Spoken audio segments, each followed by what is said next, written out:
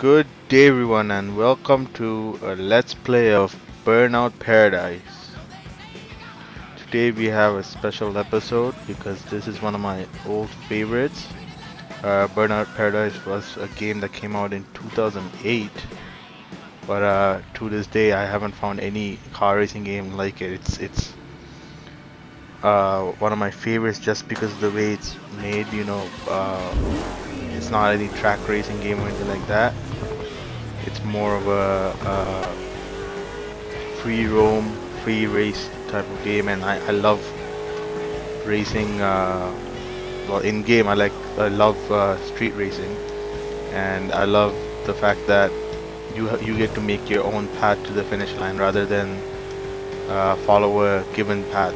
I don't like being boxed in. I like making my own path, my own decisions, and getting to a place where I want to go without anyone telling me what to do. So this is one of my favorite games. This was actually one of my first games on my console, and since then I just got this recently on PC, so I decided to check it out again. I might be a little bit rusty since I haven't played this in quite a few years, but I think this is going to be easy to remember everything since I played this so much. I already remember all the maps, I think, or all the roads where they go and where they lead to, so it should be fine. So as you can see, it's a very beautiful world. It's very open, and even for a 2008 game, there's a lot of very nice graphics. Where it was made very well. Look at that sunset outside, and one of the best features about this game was the way the cars reacted to what you do. The response rate on the car is actually really good. When you want it to do something, it does exactly what you want. So there's no delay, there's no lag. But also the cars, when you crash into something, it's one of the most beautiful things you've ever seen. The cars would act like they're real cars. So in 2008, this was much more uncommon than it is now, and I think that's what made this game so pop out to me, because I love seeing that, when a car hits something, it acts like an actual car. It gets crushed, it gets destroyed. That feeling of of being in control, that's a great feeling. So that's why I love this game. So I decided to take a moment to show this to you guys, maybe show one or two races, as well as just showing the general beauty of the game. So right now I'm actually in a mountain type road. It's called White Mountain. You could see in the that was way too slow. Oh, okay, made it. So there's these things called the super jumps. These are, because as you can see everywhere, there's a bunch of these ramps, so there's many jumps around, but there are these super jumps. These jumps are these massive jumps that you take off, either like leap off buildings or over mountains and stuff like that. And if you're driving a stunt car like I'm driving right now, oh, look at that beauty. See the destruction, and that was a driveway. So when you crash, there are driveaways and there's wrecks. You want to try to get a driveway whenever possible, especially if you're in a race, because a wreck would mean a loss of time. Whereas a driveway, you just kind of just wipe yourself off and get going again. And yeah, during a race, those extra seconds would maybe the most valuable. So I'm thinking I'm gonna go and do this race. Just let's see how it goes. I don't know what this is. There. This is a race. You are here. Race east to the Wildcats baseball stadium. So as you can see, it shows you a map and tells you where you need to go from where you start, and that's about it. It doesn't tell you which way to take or anything like that. It just tells you you need to go here. The compass And at the top of the screen points to the finish line, and the road signs help you find the next turn. Any shortcuts you'll have to find for yourself. yeah, that just summarizes it. Basically, they will tell you, they'll kind of hint as to how to get to where you need to go, but besides that, everything else is up to you. So I really enjoy this type of racing because there's actual traffic on the street, so those are obstructions for you. And if you want to take any shortcuts, that's totally up to you. It's just hopefully those shortcuts will act as a shortcut and not something that will delay you any longer. So it's completely up to you on how you want to race. So as you can see, I'm in the lead now. Since the car that I'm driving right now is a stunt class car, in order to get a boost or nitrous, you need to continue to do different stunts. So that means you know, anything from driving on oncoming traffic to taking any jumps or doing any tricks while you're in jumps. What I love about this car racing game is it's much more responsive than many other games. Some would say it might be less realistic in terms of the response, but I don't really feel it as much. I enjoy having that control of the vehicle, and I think anybody who's doing any type of racing like this would know that in order to do these types of stunts, you need to have proper control of your vehicle. So I think this game does that idea justice. Now I could go anywhere, like I don't have to follow the path that they're telling me. In this case, since I'm in the lead, I'm not gonna bother taking any shortcuts. But again, if I was falling behind, then that would be something I would consider doing, trying to take a shortcut, maybe taking a place with less traffic or with faster routes. It may not be the safest thing to do, but it may be the best option for winning. So as you can see, now I'm heading more into the city from the mountain area. So the city has way more traffic lights, chances of vehicles crossing you in front of you. Also, there may be more vehicles and much more road obstructions as well. If you're looking at the map at the bottom right hand corner, you could see that the other racers are kind of close behind me. Some are on different paths, and as you can see, this path leads to, oh, so cool. It's not the winning, it's the taking part. I came in second by just a split second, I think. It's the winning. But Atomica with a home truth for you there. as you can see, that was a very close race. It was really fun. It might have turned out differently if I took a different path. I don't know. But what I like about this game is that you have that option to. You're not boxed in. You're not told you have to go this way. You could just make your own path and get to where you need to go. So in addition to these types of races, there are other types as well. There's the time trials, which basically you're trying to beat a specific time, or to beat your own time as well. There are also stunt runs. These the stunt runs are basically races that get you the option to well, stunt runs, your whole goal is to get the best stunt possible in the time limit that you're given. So that might be something that's of interest.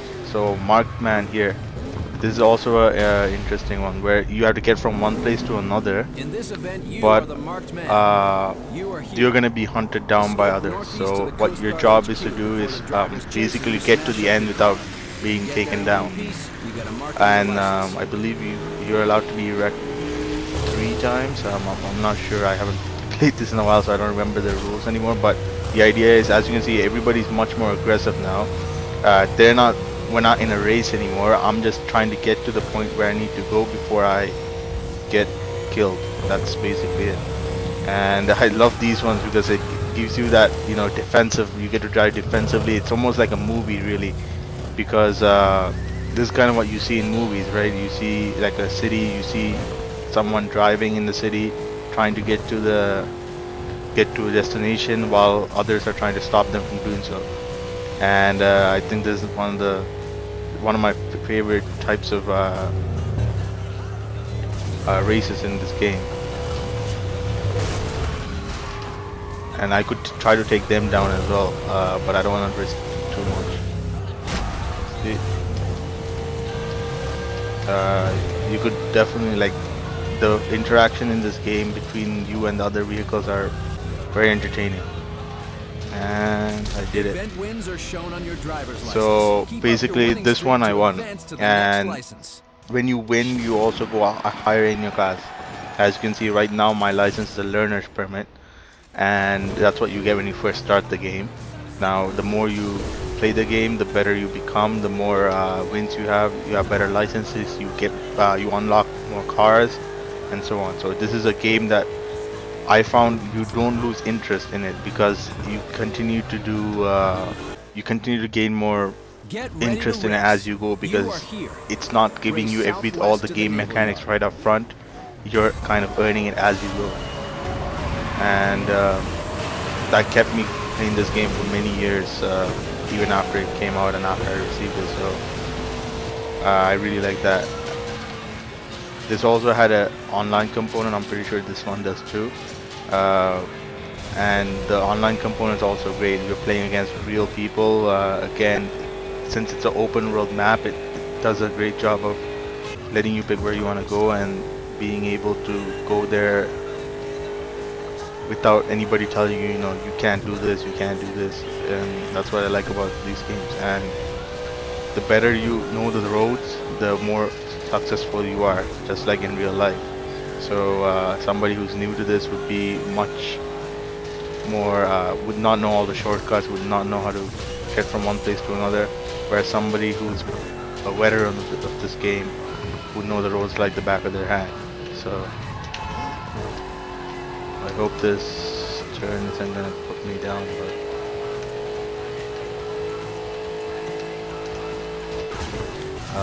yeah, I'm still trying to remember all the roads. A lot of them are very familiar, but some of them I'm still kind of banking on, so we'll see.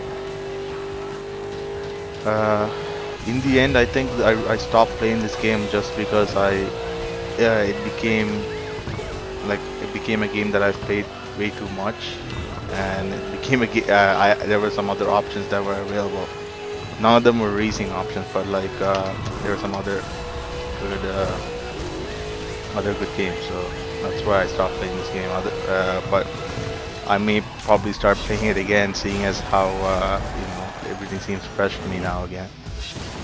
So I won this race, and because I did it, my license is now getting upgraded to the next available one, That win was all you which needed is to a upgrade your driver's license license to a class Class D. D. All your wins have been cleared off the map, so you can beat an event again and add that win to your new license. So basically, that's what you do keeps changing. So when you go to the next license, the map gets cleared, and you're given the opportunity to do those races again. The difference is now it becomes much more challenging, and maybe the position that you're racing to changes. So that's how this game keeps staying fresh, because you're never given the opportunity to lose interest in it, because it keeps changing on you. And that's what makes this game stay ahead of like a lot of other car races, where like they give you a fixed track, they tell you these are your options, this is what you're allowed to do, and you're basically facing the same people over and over again. And all this from a game that came out in 2008 was at that time for me, it was mind-blowing. A game with this much quality, this much polish. This game creators, the Criterion Games, they participated in making some Need for Speeds as well, but I don't know, nothing feels as nicely done as this game does. So there are other things too in this game that you would see. For example, there are those glowing red signs. Those are actually also another challenge. You're challenge is to try to find all those signs. They're located everywhere around the city, sometimes even on top of buildings, and your job is to go through them and break them.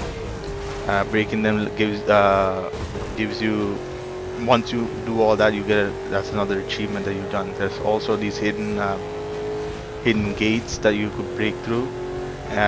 Those gates normally mark off hidden passages. So by going through all of them, you're technically finding all the hidden passages. There are these auto repair places and boost places. So the auto repair ones, if you're damaged, they repair them while you're driving right through them.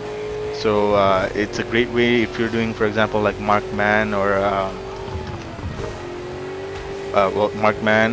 or any race that you're taking a lot of damage and getting wrecked would kill you. Doing one of those, going through one of those will fix you up and give you that extra chance to survive. There are also locations just like that for getting boost, and that's for increasing your nitrous and getting more speed. So there are many tactical advantages depending on what route you take and what way you go, and that again would affect the way you decide which path to take when you're taking a race. One path might be more a bit longer than the other paths, but it may benefit you because you might be able to get more get nitrous or get yourself fixed to that path, and sometimes that's what you want to do.